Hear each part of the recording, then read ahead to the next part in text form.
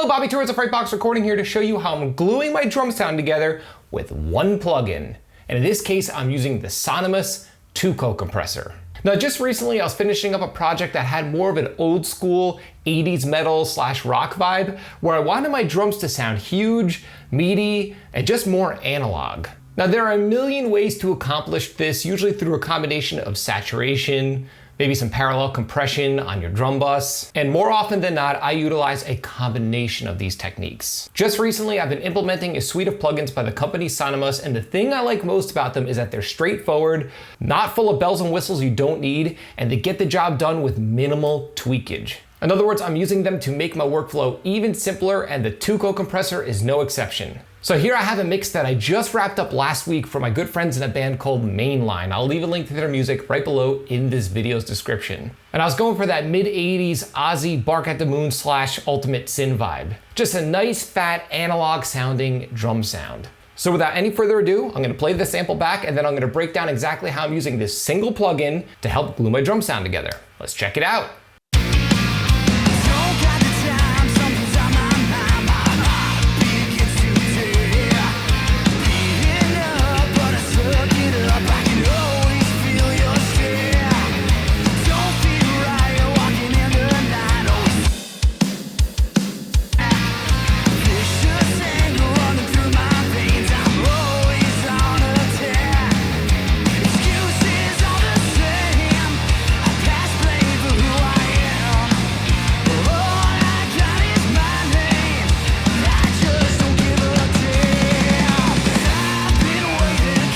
So there you have it. As you can hear, it's more of an old school metal sound where there's more space between the beats. It's not as busy as some of the other technical death metal stuff that I do. And because of this extra space, I was able to dial in a little more glue and a little more overall parallel compression on my drum sound because the drums aren't as busy. It's just more of a solid old school rock or metal type of groove.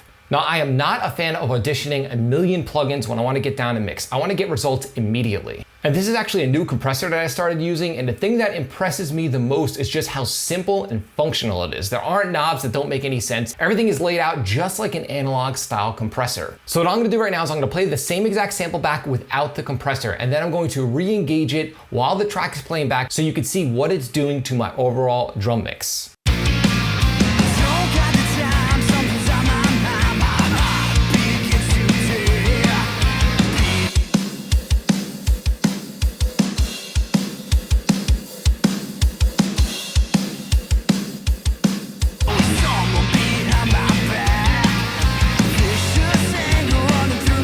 Helping to add a nice character and glue to my overall drum sounds. And I'm doing it all with this one plugin, and I'm gonna show you some of the settings that I'm using. So first, let's go over the exact routing that I'm using in this mix.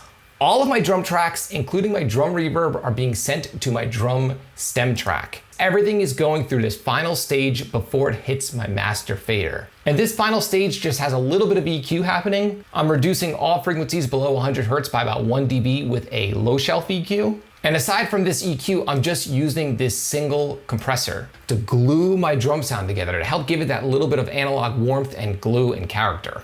So what I like about most is that the interface is super straightforward, but you could do a whole lot with this plugin. Now, because this plugin is on a stereo track, they actually give you a few different modes to work with when you're dealing with stereo information. I'm using the stereo modern mode where it's pretty much just straightforward. It's just acting as a stereo compressor, but they also have a stereo vintage mode where your stereo spectrum will react more in an analog style way with some crosstalk. There's also a mono mode if you want to sum your stereo bus into mono, as well as a dual mono mode where your two sides will act independent of one another. So I find it really handy to have all of this within a single plugin so you don't have to add any other plugins to your chain if you want to mess around with your stereo field. It's all right here in the Tuco compressor. Another feature that I find really handy is the simple A/B switch where you can audition two different settings within the same instance of the plugin so you can see which one you prefer on your mix.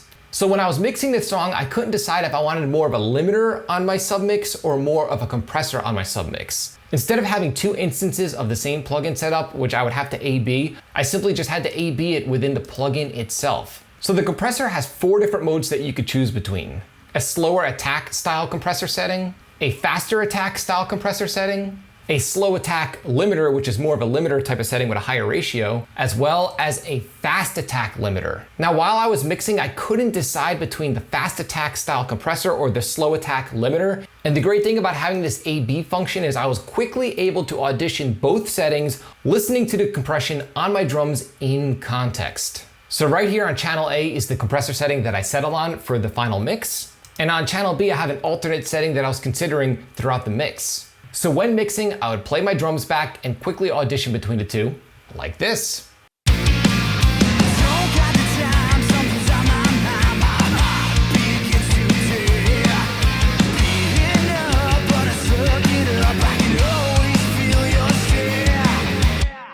With the click of a button, I was able to audition both settings, and I decided to go with setting A simply because it was a little warmer sounding and a little less aggressive. It to me just sounded a little more old school and similar to those old Ozzy records, which I was kind of emulating. So again, a very handy feature to have when you want to mix quickly like I do and not get too bogged down with messing around with settings and getting lost in your whole workflow. And this knob right here is the amount of compression you're adding to your signal, which in reality is more of a threshold control, as well as your makeup gain output stage.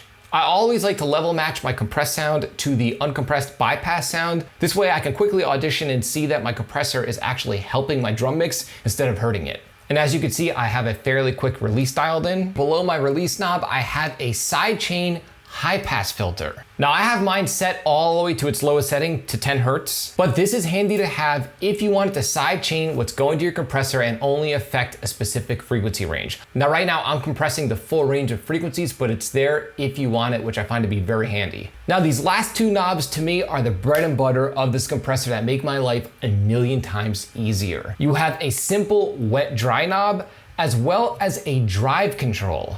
Now the reason why I love these two features is they simplify my routing. Now within my typical workflow, I usually have a second bus that my drums are sent to with a compressor on it that acts as my parallel drum bus.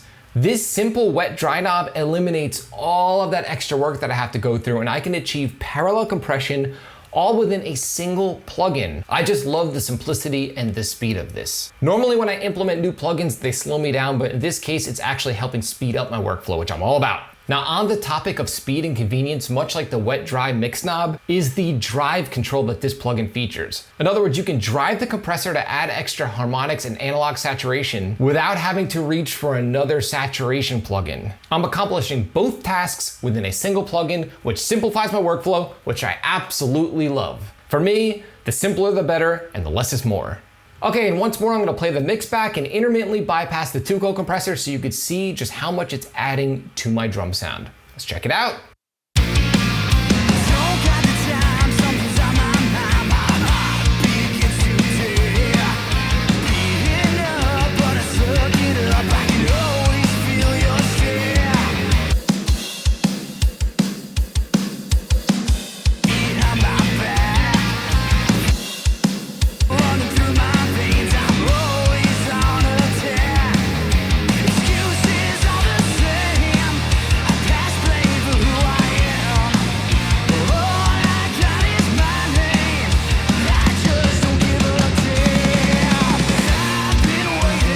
So there you have it. This is how I'm using a single plugin, in this case, the Sonimus Tuco compressor, to glue my drum sound together. Now, if you're interested in this plugin, I will leave a link to it in this video's description. And full disclosure, it is an affiliate link. So if you decide to pick it up, you will be helping to support my channel. Now, do you need to buy third-party plugins to achieve drum glue? No, you can accomplish any mixing trick with just the stock plugins within your DAW. But with that being said, if you're looking to simplify your workflow and want to lean more towards an analog style mixing approach, in my opinion, a third-party plugin like this is awesome. It's not only super affordable, but super simple to use and easy to get quick results with. I hate opening up new plugins and just being confused and being bombarded by a bunch of features that I'm never gonna end up using. And the Sonimus Tuco compressor is the antithesis of that. For me, the workflow is very analog and I feel like I'm dialing in an actual tube analog hardware compressor. So in other words, an analog approach in a digital world. If you found this video helpful, like, comment, subscribe, and share. And do not forget to click the little bell icon so you can be notified every time I upload one of my weekly videos on all things metal and rock production.